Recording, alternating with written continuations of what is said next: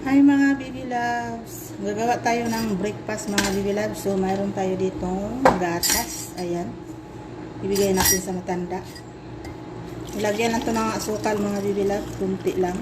So ayan. Ready for breakfast. Tapos mayroon ito.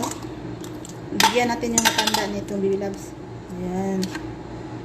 Kunti lang yung ibigay natin. Isang ganito lang. Kasi yung paborito din. So, bigyan din natin ng crab cheese mga baby loves. Crab cheese for breakfast. Ayan. Kunti lang din. So, mayroon din tayo ditong cream mga baby loves. Ayan. Bigyan natin ng cream. Cream. Ayan. Kasi paborito din to sa matanda. Cream mga baby loves, oh. Tapos mayroon tayo dito